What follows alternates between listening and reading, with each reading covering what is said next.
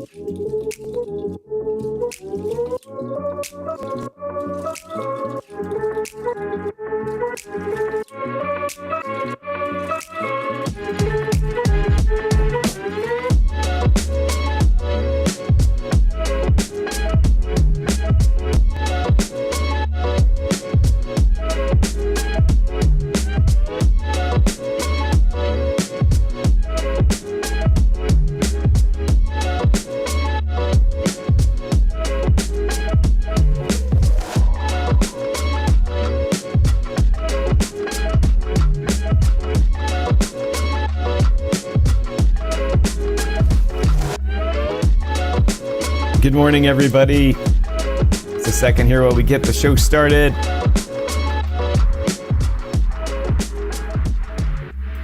All right, everybody. Good morning, good afternoon, good evening, wherever it is in the world you're coming to us from. Welcome to DYOR Live here on the DYOR Media Network. My name is Tom, otherwise known as Striking. You're in the digital media world. The man in the box today is It doesn't look like Pedro, because it's not. Mr. Chris Alexander, crypto swamp creature extraordinaire, is with us because Pedro is out today.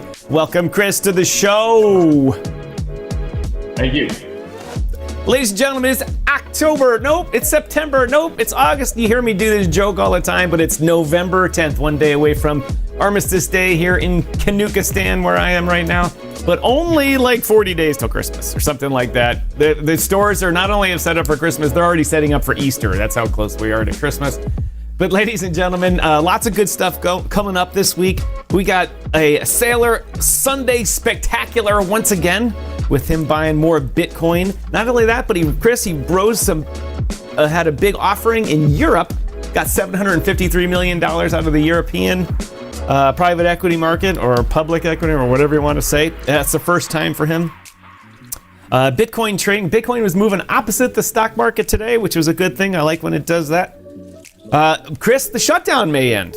Talk about that today too. Shutdown may end. They may have come to a deal here. The Democrats, I think they finally gave in. I think 10 Democrats are going to go.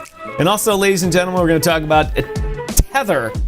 Tether, stable coins and their effect on the private markets, including their big investment in Rumble. I know we talked about this last year, but there's another one coming up that they announced over the weekend. Anyway, let's get on the show. Chris, what's going on here? What's going on in the great state, a great country of its own, Texas?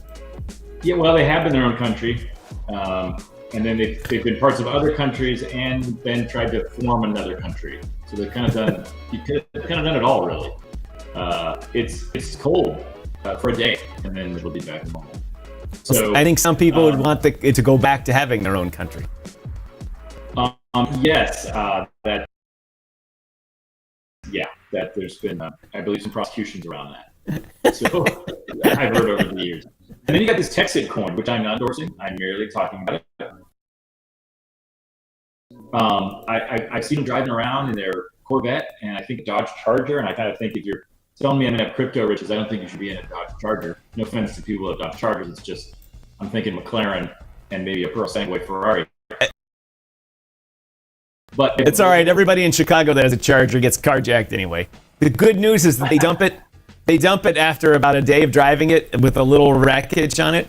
So if you see someone on the north side of Chicago driving a Charger that's got fender damage on it, you know it's been jacked once. It's got fender damage twice on it. He's got badge of honor number 2. So these dudes cruise around. I've seen them. They have a billboard off of like the LBJ Parkway that shows where the Texit coin is. And of course, Texit's a play on Brexit. But it's just the money, I don't know. And then I got a mailer to go to a very low-end restaurant where they were going to tell me about. Low end. Oh, yeah. Yeah. I mean, yeah, again, it's like, I mean, maybe there's some merit. I really just didn't pay a lot of attention to it. But like when you're promising me riches and I'm at like upscale Sizzler and you're in a Dodge Charger, I'm not feeling it. I think I'm understanding the demographic. Yeah, but I saw them over the weekend cruising around in their tax deductible mobiles. Welcome, Tag Band, to the show. I'm thinking it's you, John, isn't it? Welcome, if I'm correct. Thanks for joining us. Really appreciate it. Coming to us over on the YouTubers. Thanks everyone watching us on Rumble today. We've got a good crowd starting over there. Got a little bit of a crowd on X. Exactly 0 people on Facebook. Hopefully, you Facebookers will wake up and stop doing cat videos and stuff. And of course, a couple of you on YouTube. But our prime placement today is Rumble. We're not on LinkedIn today just because we didn't have the content for it. And it is John. It's good to know your audience. Thanks, John. Hope all is going well for you and your family. Thanks for watching us and contribute where you can. Known John for, I don't know, 4 years or so. Relative wizard with just about everything tech in the world. So if you're looking for a good guy to hire, steal John away from his present employer. But anyway, so Michael Saylor, Chris, decided to say, I don't have enough Bitcoin. I don't have enough $1 bazillion worth and $1 trillion bazillion coins worth is not enough. I need 600 more. And he bought, $50 million worth. The man is 66 billion, 70, 80, whatever the number is. Yet he buys increment, like it's going to McDonald's and buying one French fry. I just have just one, and I don't get it. I don't understand. Well, I think you may have answered your own question when you said he needs it. I think he might need it in a way that goes beyond needing Bitcoin. So I suspect he's keeping some stock prices stable. I know I talked about it with Pedro, and he's just articulating it. There's a very interesting cause and effect to his purchases as it relates to the price of Bitcoin. So, I haven't quite worked it out. I'm very curious about the method of his madness. Hey, because like recently, he made a $24 million purchase, and at the internet, maybe he does this to intentionally troll everybody, but he did a $24 million purchase, and the internet was filled with, life is terrible in strategy land, their net asset value over Bitcoin's coming down, all this type of stuff, and just totally threw trash on Microsoft. Next week, he did a $24 billion purchase or something crazy like that. And he was just like, suckers, and he trolled them heavily. And he does a $50 million purchase. But then there's an article here. So Strategy raises $715 million in Europe to buy more Bitcoin. It's the first time that he's gone to the euro to grab the cash. He said, and it says $750 million of the proceeds taps foreign markets for the first time. They're based in Tyson's Corner. Why, I don't know how they're the only the only company there. It's not a defense company, I guess, or a lobbyist. Yeah, there's a go towards everyday expenses, including buying more Bitcoin. Yeah. By the way, it's the only county. Tyson's Corner's in Fairfax. It's the only county in the United States with 2 Ferrari dealerships in it, which should tell you something about the defense contract.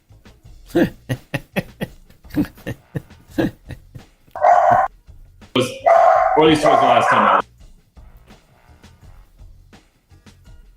Sorry about that. Your dog is listening to my dog, and my dog is thinking I haven't barked yet during the show.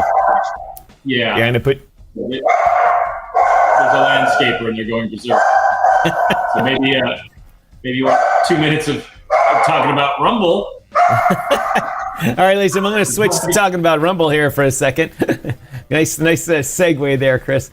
Ladies and gentlemen, as you know, we are very big on the Rumble platform here.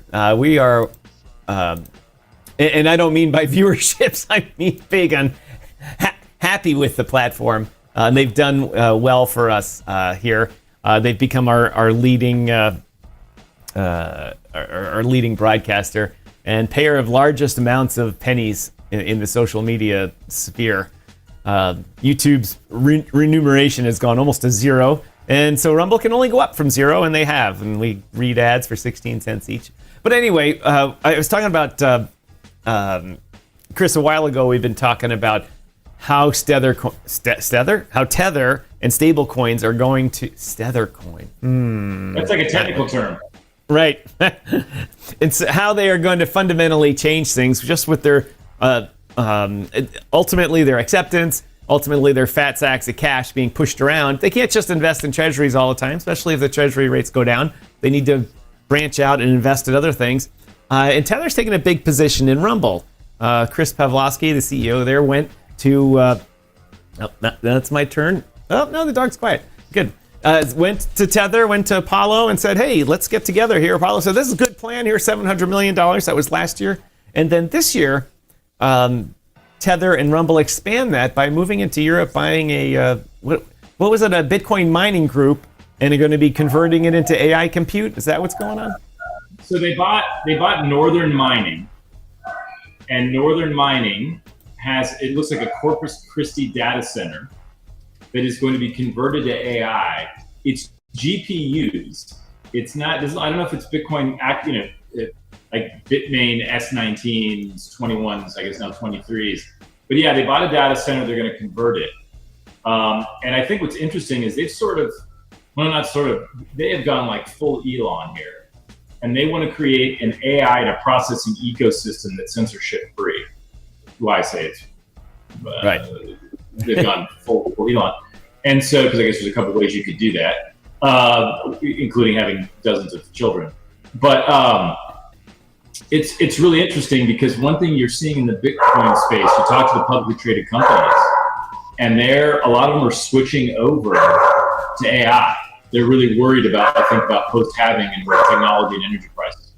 Right. Well, the one of the things I've been reading about is how first of all, the Bitcoin is rather cutthroat, and you get less reward. The AI companies are paying a lot more money out because people like Microsoft are throwing money at them, and so they can put that out to the high performance computing centers and all that. There's not a lot of growth in independent computing centers like AWS and Google and Microsoft. Like everything that's decentralized in DeFi mostly runs on cloud servers that are highly centralized. And it seems like Rumble's trying to create something that operates outside the censorship of the terms and conditions of the larger cloud services. It's definitely interesting, and for the Bitcoin miners, the reason why the large ones there's such an appeal is either through acquisition, if you're acquired, or just what you pay. You're looking for 4-cent power when you're Bitcoin mining. That's kind of the sweet spot. These AI companies can work on that's just per kilowatt hour. These Bitcoin companies can do these AI companies can do 15-20 cents per kilowatt hour, and they're fine. And so you do see, I guess I shouldn't name them, I've had conversations. You do see some of the publicly traded Bitcoin companies that are expanding AI divisions. Some of them actually treat Bitcoin as secondary now to their main goal and purpose. But the one other point that's useful here, these small Bitcoin miners that want to look to expand, or small people with power that want to do AI, there's kind of a sweet spot, and it's 600 megawatts. And that's where you get enough AI servers and enough staff. There's that's kind of the magic point for economies of scale. So I've heard of a lot, believe it or not, of 400 megawatt deals falling apart. So you need to be at 600 megawatts. And of course, that would be a shopping mall full of servers. That's all it takes to get to that, which is just slightly under the city of Denver, but in its consumption, 24 hours a day, 7 days a week, but 99.99% uptime. So that's the issue. It's really hard to just throw a couple blade servers in and charge someone because you don't have anyone using AI that way. It's not that I've run across. Well, viewer Tagband says that the fire sharing software called Hotline in 1998 was decentralized, one of the first decentralized things, and he said it still runs to this day. Still runs to this day as a decentralized thing. Although I'm willing to bet a bunch of people run nodes or instances of it on an Amazon or DigitalOcean virtual private server. Probably. Usually how it goes. You can never completely decentralize because the infrastructure, the hard infrastructure, is not really decentralized. Right. Well, actually, before, since it was pretty much you had AOL as your connection point to the internet, that was the hotline was decentralized, but you still had to connect through. You've got mail. Yeah, I mean, it is decentralized. I'm not picking on it, but part of it was, I think there was an illusion of decentralization that was provided by a lack of oversight and regulation. And so I think people thought things they were doing were more decentralized than they perhaps were. But, that was a while ago. I defer to other people's expertise. All right, we've got a couple of minutes here in this half of the hour. Thanks to everyone that's watching us. Remember, everybody, welcome everyone. Please comment, like, subscribe, follow. Just do it. Just do it here. Franz, we'll get to ICP in the second half of the show. We'll talk a little bit more about Bitcoin in crypto. Obviously, Pedro is out today, and we've got Mr. Chris Alexander here, crypto swamp creature and Texas resident du jour. Recently, I'm on my 1 year anniversary because I did 20 years in DC overseas. But I saw parfums, which of course is a fancy way to say perfumes, or perhaps the actual way to say it in the language. But is Franz a perfumer? He's someone. Pedro has met this person. Franz. I don't remember, but he is an American, but he can live overseas. I think he was saying the other day or something like that. But I'm interested to know what parfums he is involved in. I do. I had a very strange incident with Raja perfumes. If Franz is in fact into perfumes. There was a misunderstanding about a gift, and it cost like 15 times more than the one I thought I was getting. But then I was too embarrassed, and I paid like $3,000 for a bottle. Fun fact here, and this is going to age me a little bit.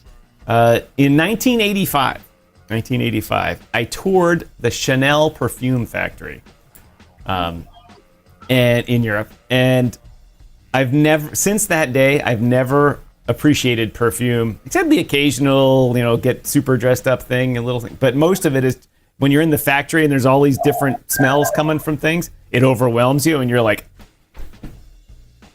So you have perfume PTSD is what you're saying? Yeah, bingo. Wow. No, haven't heard of that. I bet you I can claim that as a disability here. I couldn't even add, are you overwhelmed by perfume? You may be entitled to compensation. That's definitely a British commercial. You've been entitled to compensation. Or a jet to go holiday. Whatever. Those Instagram posts are the best.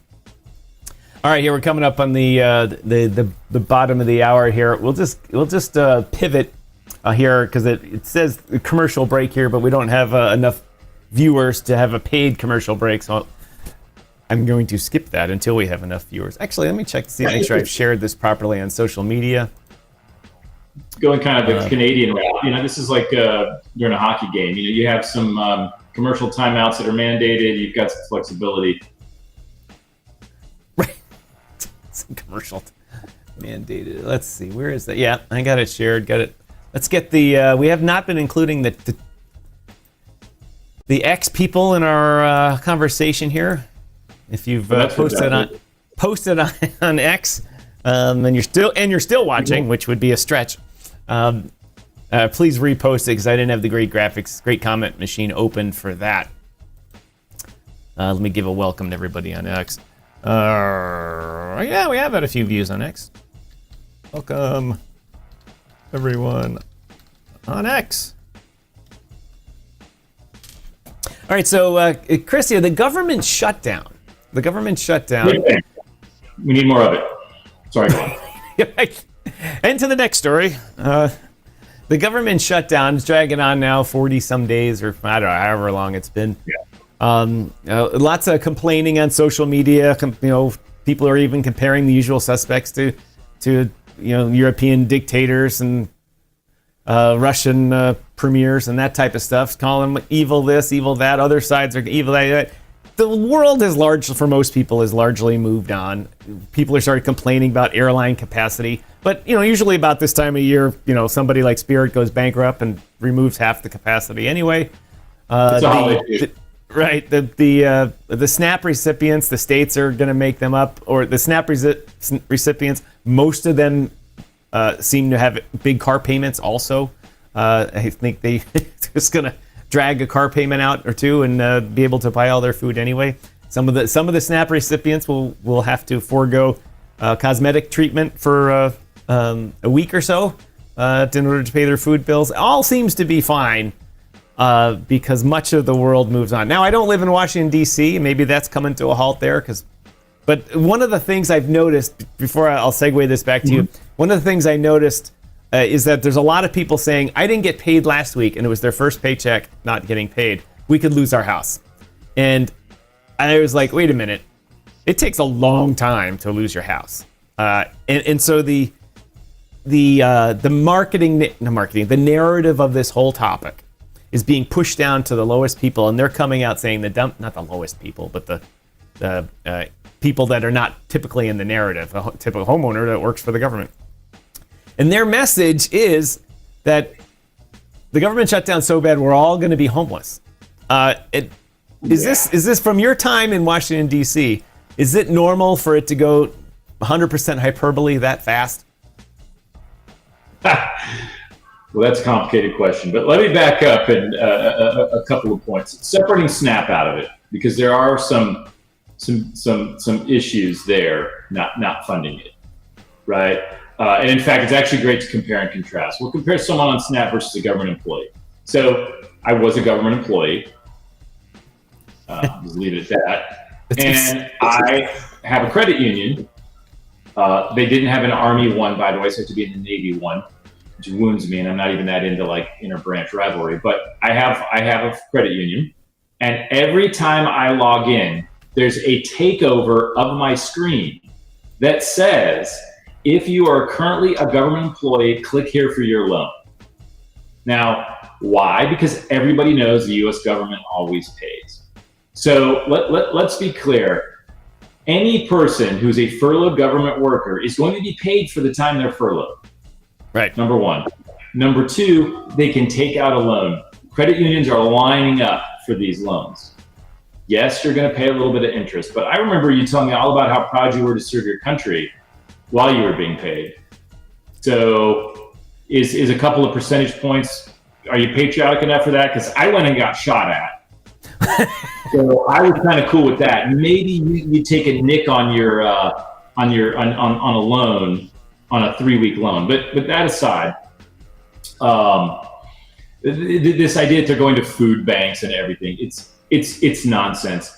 The only circumstance I can think of where a government employee is in that much trouble is if they've torpedoed their credit. And look, you can have someone, particularly in a divorce, torpedo your credit for you. So there are people who are victimized that way, and maybe they can't get the loan. Yeah, me too. maybe they can't. Maybe they can't get the loan, but that would be a percentage of a percent. It would be a fraction. So there's no government employee that can't get a loan to cover what's going on. Number one. Number two, the air traffic controller. I cannot say this with 100% certainty, so I'm speculating.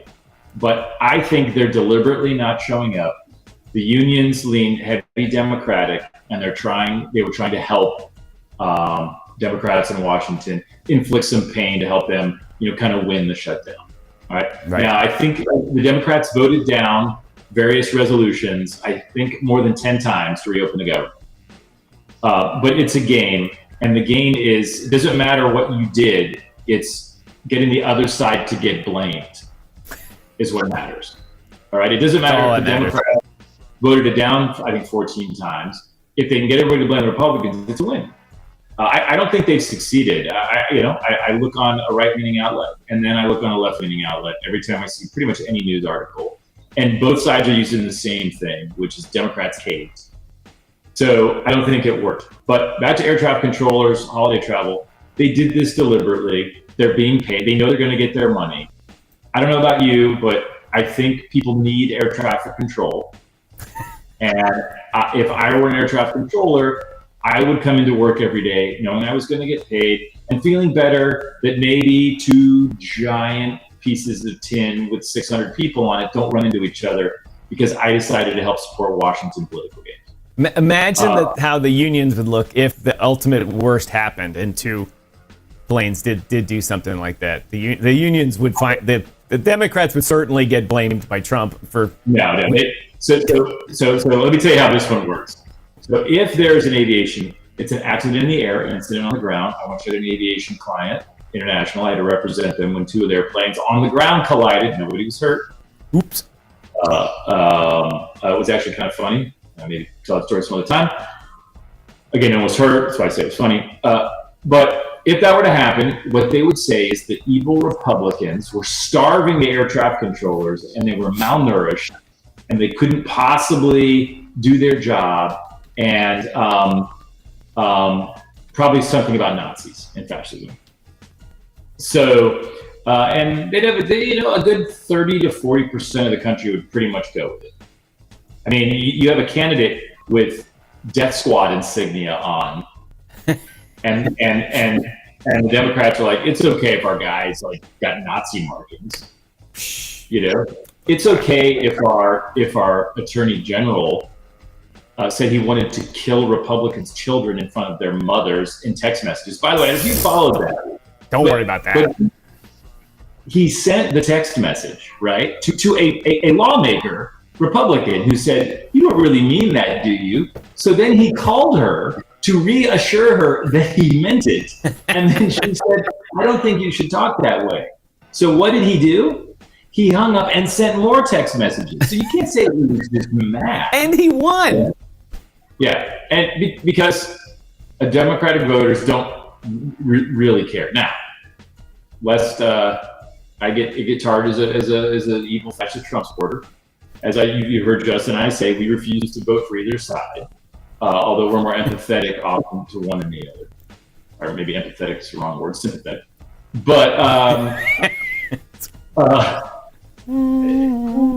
this is a game that both sides will play, and they both do dumb things. But I heard a great analogy on Fox or CNN. Again, it was probably Fox.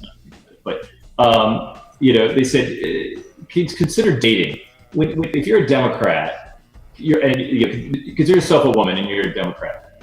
You show up to the meeting and to a date, and you're worried about the guy thinking you're not attractive. If you're a Republican woman, you go to the date in this analogy, you're worried about getting murdered. Like one side's whacking candidates and threatening to kill and trying to kill Supreme Court justices, and the other side, they say some really crazy things. So right now, I think the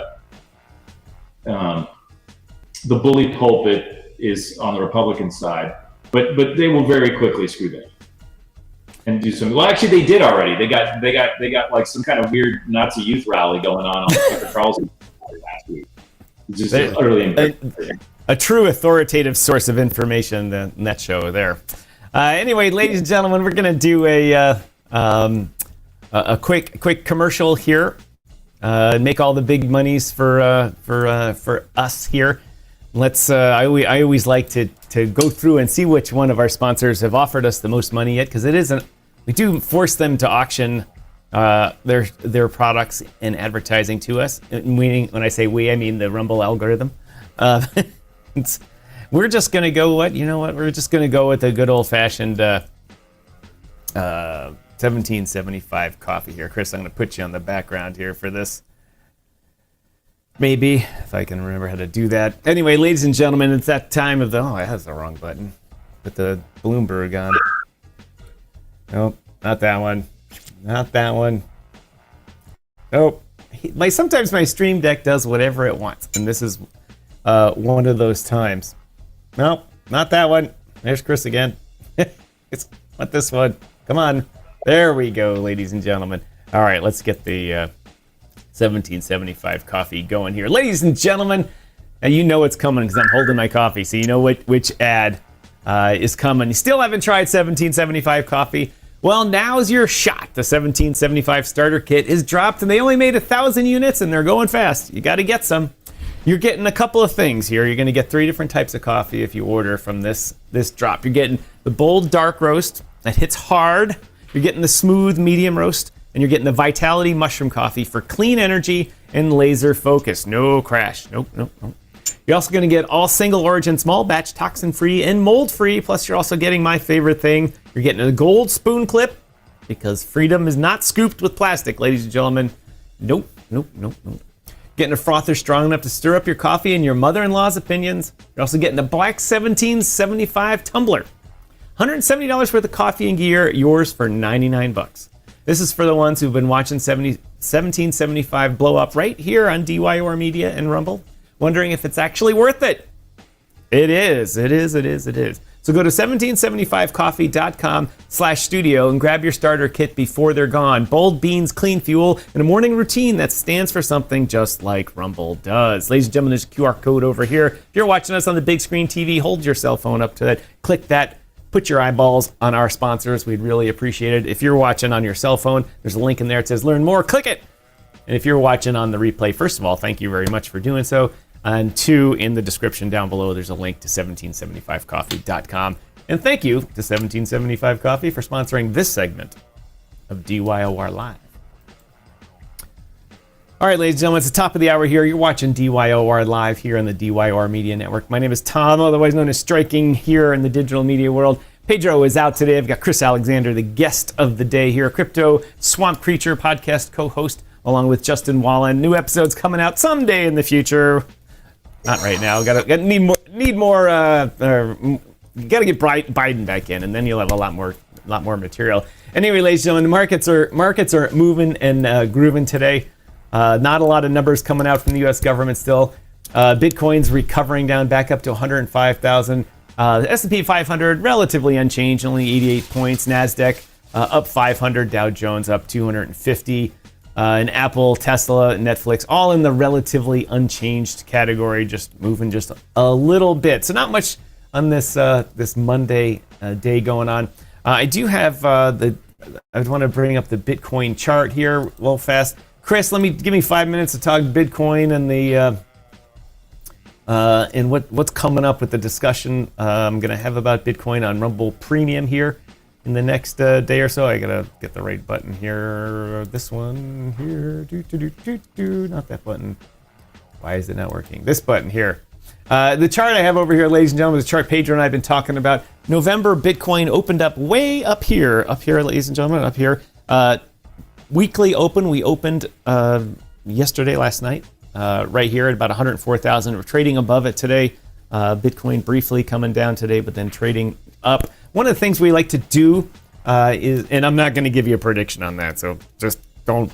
Pedro can do that, and I will not. What I like to do is put a prediction on the month, and I'll go over this in detail on Rumble Premium the next time I do a Space Lounge, one of these afternoons or evenings this week. I like to put in, remember, October this year had 5 trading weeks. November this year has 4. It's different. It's more normal. We have 4 full trading weeks. We do have a holiday towards the end, which throws it off a little bit. But we like to see a couple, or we want to predict a couple of the weeks. And we do that after we see what's going to happen the first month. In the first candle over there, first arrow over there on the left, you see a big down arrow. Bitcoin went down the first week. Good indicator that it's going to go up the last week in November. And so in order to go up the last week in November, it's got to go down the week before that. So we kind of put in, just drawing some estimates of what's going on here. Last week was a big down week. This week we look for the model kind of shows a little bit of up, followed by a big downtrend. Pedro's been talking about 96, 97,000. Very possible. Could happen in an hour. But to get down there, I'm thinking that's going to happen the third week in November before the end of the month. Push back up. We'll talk more about that. Rumble Premium. Fraz, you wanted to look at ICP real quick. I remember what we were talking about it. Pedro called it pretty well. I'll look at it, see if I can talk about it. This is the daily chart for ICP. Let me bring it up on the great graphics machine here. ICP, Internet Computer Protocol, seemingly something that should do very well into the many millions and millions of dollars for everybody. But from my personal view, too many insiders had tokens and sold it off and depressed the price. Anyway, as you can see, remember last week, Pedro was talking about Internet Computer here, down here. And he said it looks primed and ready to go up. And sure enough, it did. We even put out a little short Pedro saying ICP is going to go up, and then it hit. We got at least 84 views on it. It's amazing. Yet Cat Video's got 10 million views. Don't get it. Anyway, ICP, pew pew. I got Chris on the show, so I'm thinking the wrong. Pew. Inside joke, ladies and gentlemen. Market cap $3.5 billion for ICP. Traded a strong $660 million in the past 24 hours, which includes part of Sunday, which is a lot of money. It's almost 20% of its market cap, which is big. It's moved a lot. It's been pretty volatile in that time. It's at a high of 812, and then as low as right where it kind of came right down to where it is now, 663. Fraz, Pedro obviously would go over the indicators for it. All I'm saying right now is here's where everyone started over the weekend. The liquidity comes out of the market. You saw the price come down a little bit. Prices come down a little today after a big run up. Not surprising at all. Not surprising at all that some cash would be taken out at that. But if you were watching Crypto Lifer's show, he would do this. He would draw the flag in like this. And then he would draw the Fibonacci like this and say that the sweet zone is right down here in kind of the 5.86 for it to come back down in there before it looked like it could bounce off there if you go into the golden pocket, but if it comes all the way down to the 786, the price would be more about the 4.51. I didn't draw that Fibonacci correctly. Do it yourself, but it's within a few percentage points of the right thing. So that's what they'd say about that. If anyone's got questions about other cryptocurrencies, Pedro's going to be out tomorrow again also. So you'll have to keep coming back every day to see what kind of genius advice I can give you instead. But that's the general rule. That's the general idea. What's that, Chris? Please tell me that ICP's token is called Juggalo. It's called what? Juggalo. Juggalo? Yeah, the insane clown posse people, the Juggalo. Oh yeah, we talk about that. We'll bring that up and say the clown posse is trading at such and such today. We got to do it. Also, I have some advice. Buy low, sell high. Worked for me so far. Hey, look at this. John says 1775 is in fact good coffee. His dad loves it. His dad must not watch Rumble because that's the only, or maybe his dad's a longtime viewer of our show. Could be. There are a couple of ways to get it. I think I told you in the last show. I was involved very early on in some talks about that. Coffee, that is. Interesting. Tagman says, skip Black Friday shopping and just buy crypto. Can't get any better advice than that.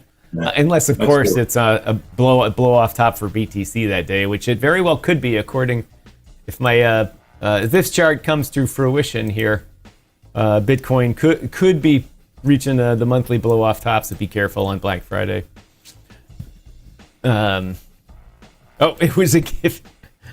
It was a gift from John. Well, thank you very much, John. All right, what do we got here? I got deep into the weeds there and talking when I didn't think I was going to. What do we got for the clock here? Oh, I forgot to restart it. All right, let's skip back into this.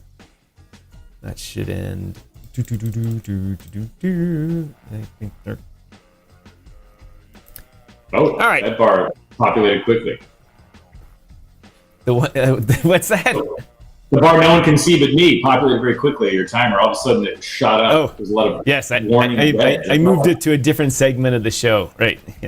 Yeah, ladies and gentlemen, I've been trying to bring some order to this. As you know, I most of the time spend my time with Pedro, who's very disorderly in his adherence to a clock.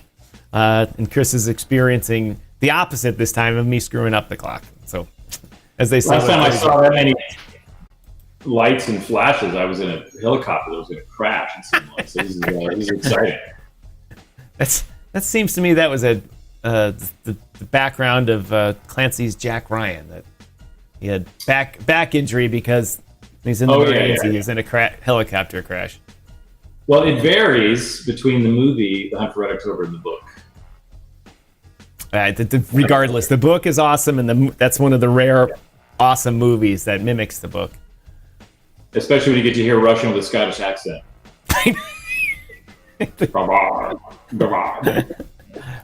One ping, Vasily. One ping. Yeah, a lot of great lines.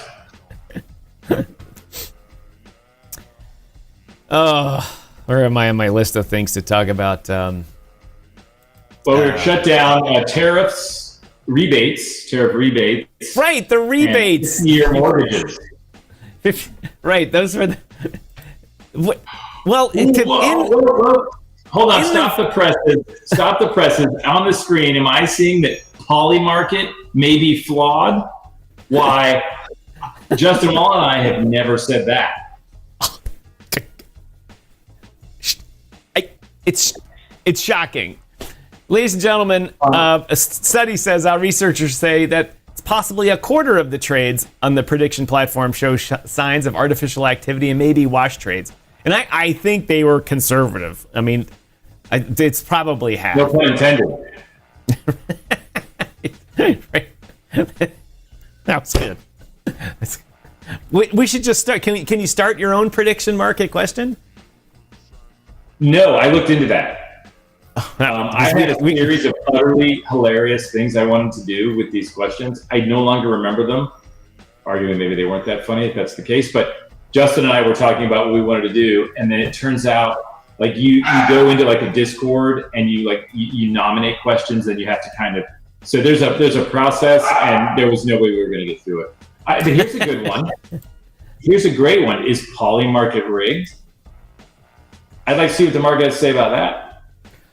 No, but it turns out the NBA was. Who knew? If you legalize betting, that somehow the betting might get out of hand. I never would have guessed that. Especially amongst sports celebrities who really had zero education, and people threw hundreds of millions of dollars at them. I just feel sorry. What was it, Chauncey Billups? What a great basketball player name, right? Like that poor guy. I think he only made about 130 million in his career, and he was only making like $1 million a year as a coach. Not getting by on that. You got to rig some games. He probably bought a couple of car dealerships, some Long John Silvers, and probably a couple of Red Lobsters, and that was it for his 130 million. Unfortunately, like all that aside, and they're trying to do better at it. He probably had managers that took money, stole money from him. He was given all sorts of bad investment advice, and he probably isn't doing all that great because the league didn't ensure that he understood who was, gave him a framework to understand how to spend his money. I know the NFL's changed that. Actually, it's really the Crypto, great guy out in Utah, is doing a lot to educate players. Bronson Kafusi. I've met him a couple times. And the NFL's trying to do better. I don't know about the other leagues. But. Yeah, the NFL is actually, a while ago when I was still in the defense and security business, I handled personal security, and one of my clients went to the camp they have for rookies, in which they talk about security, they talk about finances. Yeah. They basically told them, don't go anywhere, don't do anything. Showed the guys with the big earrings and stuff like that in the posse. And then everyone's like, yeah, I like that. And then it showed them 5 years later after their 6th injury, and it showed them broke, living in their mom's bedroom. And, yeah. Yeah, you got a very, very small chance of making it 3 years. But poly market, who knew? And who knew? And now the Trumps own much of that. And on that, the story about let's see, where was that story? No, not that one. The Trumps got it on poly market? Yeah. I did not know that. Either Eric or Donald Trump Jr. took a $300 million position in it just before it kind of eased through the regulations, and then someone else put billions of dollars into it, and so their $300 million went to $6 billion in valuation. Wow, I wonder what Nate Silver thinks, because they brought him over. I wonder if they had any advance notice of that. Justin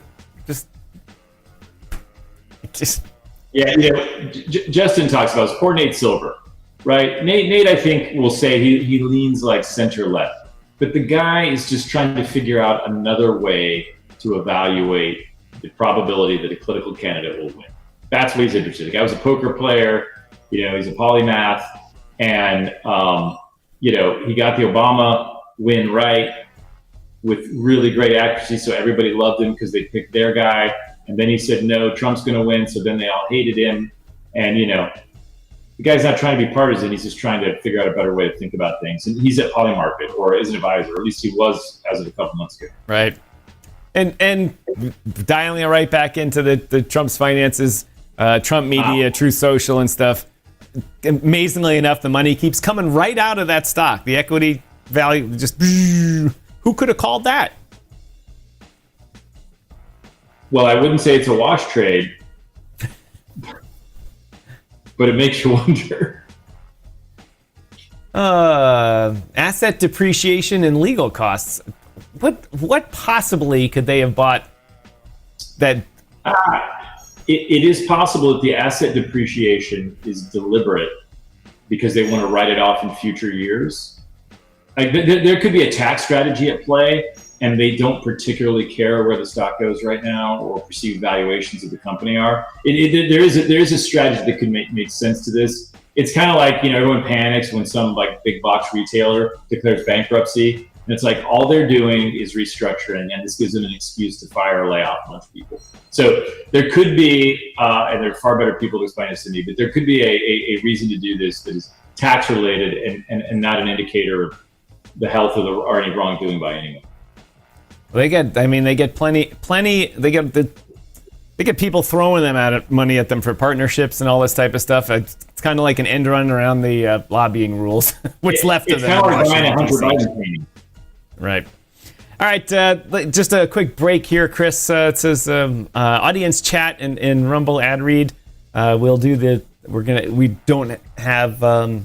It's been too close to our last 1775 coffee ad, so we don't have time. Or won't have the ability to do that. But audience chat, thanks to everyone that's watching us. Tag Band, thanks for all your comments today. Really appreciate it. John, it's always good to see you. And feel free to come by and watch the show more often. And I realize sometimes you're at this thing called work and, whatever. But that's a good time to pitch the Rumble app, because the Rumble app you don't have to pay for. You can put it in your pocket, darken the screen, and your earphones will still bring the wonderful sounds of us to your inside of your brain. Anyway, and to Franz, thank you. I hope my ICP discussion made sense. Pedro might be reviewing this later, going, "Oh God, no, Tom, don't do that." But I think I gave a good explanation of that for all. And as always, right now in the markets, Bitcoin over here, the great graphics machine next to Chris. I'm going to give this the 1 second time to pitch our app that we're going to be releasing called TradeWave. That's right, ladies and gentlemen, TradeWave.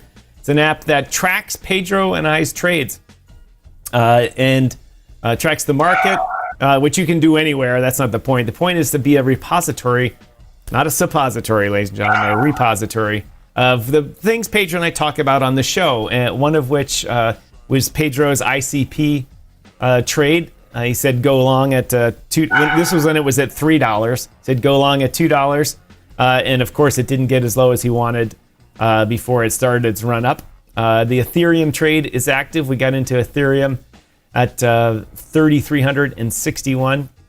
BNB trade is now active. It hit 950. Was our target to go long. It's a short-term trade. After it gets back up above thousands to dump it.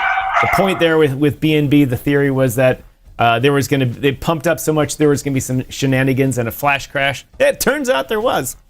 And then Aster, we had a trade of 98 cents. Pedro was watching that. He was holding that one, though, to see more demand wicks before actually get into it, even though the price did come down before 98 cents. And then, of course, Meta, he wanted to get in when the price came down to 580. So what this app does is it keeps track of the things we talk about on the show, so you don't have to.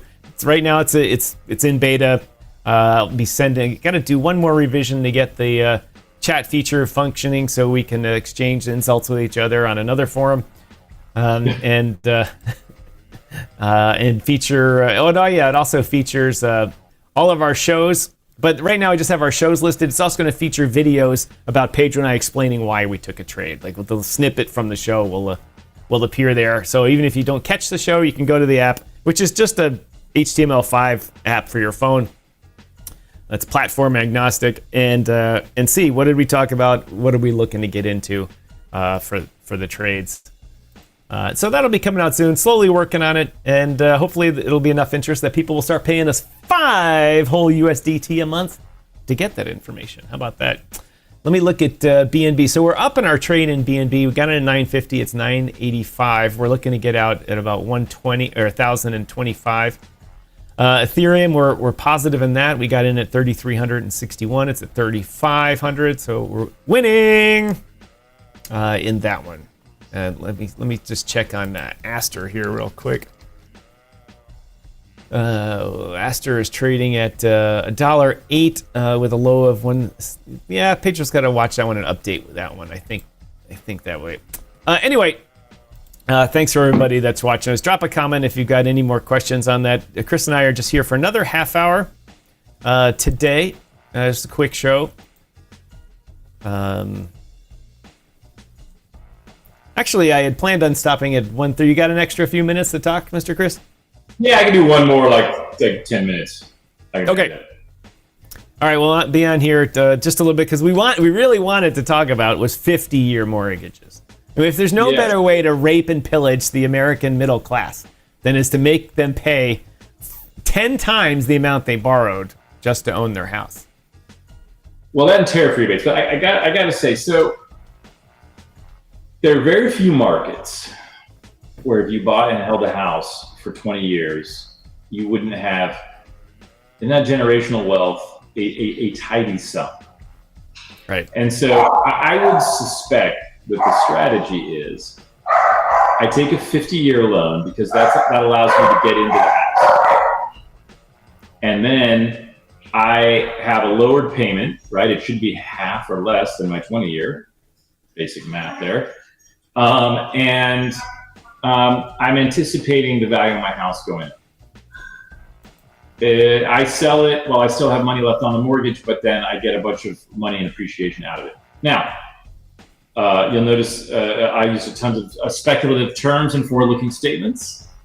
If the economy collapses, if your area is run into the ground by socialists, etc., I'm not sure what happens to your property values, and now you're upside down. And so, but I think offering people the ability to pay more interest, but get into the housing market is not necessarily bad. And people have no problem paying like 29% interest for a pair of shoes. So paying 6% interest for an extra 20 years, is it the worst thing? I'm not sure. I saw Marjorie Taylor Greene, CNN's new favorite Republican politician, because she now doesn't like everything that the Trump administration is doing, is more vocal about She's more vocal about things that the administration is doing that she doesn't like. Be careful how I say that. So now they love her. She was like, oh, great way to take advantage of people. But if you can't get into a home, would you like the option to choose from it? I mean, unless ICE is going to kick down the door and make people sign up for 50-year mortgages, I'm not so sure you've got the creeping hand of government coming to ruin you. I can't imagine though if instead of paying 10 times the amount of your house for the luxury of renting it from the bank for 50 years, you took half that money and invested it and lived in a different thing, you'd be a multimillionaire. Yeah. So yes, right. Like there's a lot of math here, no pun intended. But remember what would have happened if George Bush's plan, the junior of the two, to privatize your Social Security. I've seen numbers on that. Like if they'd have been able to do that, even if they didn't get 100% compliance or sign up, people who are given that opportunity would be getting a lot more on those Social Security checks today. So maybe it might, which is a way of saying, there are ways that strategy can work. But let's remember the argument for why George Bush's plan was rejected. People aren't smart enough to advocate for themselves, so the government's going to do it for them. So now, in this case, I would point out, you're right, you could invest it. I don't know that people are sophisticated enough to invest in many cases, but they might be sophisticated enough to work out their finances to get into a house that they couldn't have afforded when their payments are half. Is what I would suggest. I want to hear more, but what's got me really worried is the tariff rebate. When you give people money that otherwise wouldn't be in the economy, I believe that's the actual definition of inflation. All right, here, ladies and gentlemen, quickly, the thumbnail for the show here, Chris, that you're not seeing it, but it's going out to the stream, is free money, free BTC, free debt. For those of us in this end of the business, they're going to send me $2,000. I'm going to buy it, put it into crypto, get basically something for free here, and try to turn 2 into 4. And we get free debt because if he's sending us money, he's not paying down the debt, which is increasing at $1 trillion every 90 days. But he says he's going to have extra and pay down the debt. But still, Chris, the tariff essentially is money printing and giving people money just to blow on more trinkets from China in time for Christmas. The rebate is. It's very funny. Scott Bissett has been clearly trying to shape how the administration thinks about this over the weekend, saying, well, the rebate may not be money. It may be in the form of lower taxes and different things. So the tariff money is coming in, and they are using it to pay down the debt. Well, they could use it to pay down the debt. I don't know what they're actually doing. And I just mean it's a technical process. I'm not suggesting there's anything. But so I can't remember. It's a couple of $100 billion, I believe, this year is what they're on track for. If you take part of that and give it to everyone, if you're into Bitcoin, it's actually great, right? Because if it sparks retail to match anything like what's going into the ETFs, then you get two things. You get the price of Bitcoin going up, but you also get the US dollar getting trashed. So on two fronts, right? One from the initial inflationary hike, and then two from our debt continuing. So if your long-term strategy is the United States sinks itself and your Bitcoin's worth a fortune compared to dollars because you remain in the United States, it's looking pretty solid. If you want to live in the United States and not look like the Weimar Republic where children are playing with stacks of dollar bills and making forts with them because $500 million can't buy you a can of Coke, you might want to be a little concerned about this strategy. The tariff money is supposed to pay down debt. It's a great short-term strategy. By the way, the whole tariff thing is defying all the experts' sense of when the market would react. I'm not sure what's going on there, but I think I shared the last show I was on a call about some power generation equipment, hundreds of millions of dollars. Yeah. And there was a 25% tariff on that. And just so you know, it was an American company that was going to pay for that dollar amount, which they were going to pass on a consumer. However, taking the other side of this, it was very clear, I better not say the company, to the manufacturer that they needed to manufacture in the United States. And we're seeing that. So short-term pain, long-term gain is the argument. and it's not unreasonable. We'll see where it goes, but please don't give everyone $2,000 because that's inflation. That is how it works. How dare you ruin everyone's Christmas, Scrooge? I mean, Chris. Yeah. Don't give everyone $2,000 right before Christmas. Black Friday has huge gains this year as everyone takes their trucks. And in related news, all the Escalades are sold out, ladies and gentlemen. One of my favorite Dave Chappelle skits. Chris, in the last few minutes of the show here today, the tariffs obviously going to be a problem, but all of that money's coming in. We got to be able to track those jobs. Pedro and I keep wanting to be able to track those jobs coming back. Have you found any authoritative source that's remotely on track to whether that's working or not? I mean, it's too soon to really be able to tell, and therefore for anything to be able to really track it. I totally agree with the sentiment. But keep in mind, you had a ton of announcements very early on. And of course, that is a strategy to try to get this stuff in place before the midterm because it takes time. You got a lot of splashy commitments to do things and to build. Okay, it takes time, permitting, all that. So a lot of these jobs were predicated on new facilities being built, which means that if they walked out of the White House and were like, oh my God, file all the permits, right? Start it, even if they had gotten a good chunk of it ready in anticipation of approval. You're talking a year, 2 years, or more to build this stuff, which means you're not going to see the hiring yet. You may see an uptick in construction and some of the jobs supporting industry. So you might want to look there in the reports from who the guys are in all that trouble, the Bureau of Labor Statistics, or ignore them because or look at them 3 months later when they revise them 4 times. But you just maybe let's get Wallin on it. Let's him put that to one of his many minion staffers that are constantly following him around, just wanting stuff to do. So you can poll people to find out if they've got some new jobs in the from the. I could give probably about 400 unpaid internships out. I don't know if that counts as full employment or not, but anyone who wants to work is like something like. We always have them available here at DYOR. Whether you want to work with our crypto swamp creature brothers or us, if you want to work for free, we're your guys. Yeah, anything can be done with a limitless pool of labor that's unpaid. You can build pyramids. It's amazing how that works. Well, it was a thing once. A bad thing, to be clear. I don't know. For some reason, I'm not hearing my music play. Oh, it's because it's not playing. There we go. All right, ladies and gentlemen, I want to thank Crypto Swamp Creature Chris for joining us here on DYOR. Thanks to everybody that watched today. Crypto Unicorn, thank you for saying thank you. We had a great show today. When Pedro's out, the show takes a little bit of a different turn because we got to do a little bit more talking, less analysis, but I did go over Bitcoin. Stay tuned for notification on social media about Rumble Premium only times. We got to do 5 hours a month, so I got to get started on them.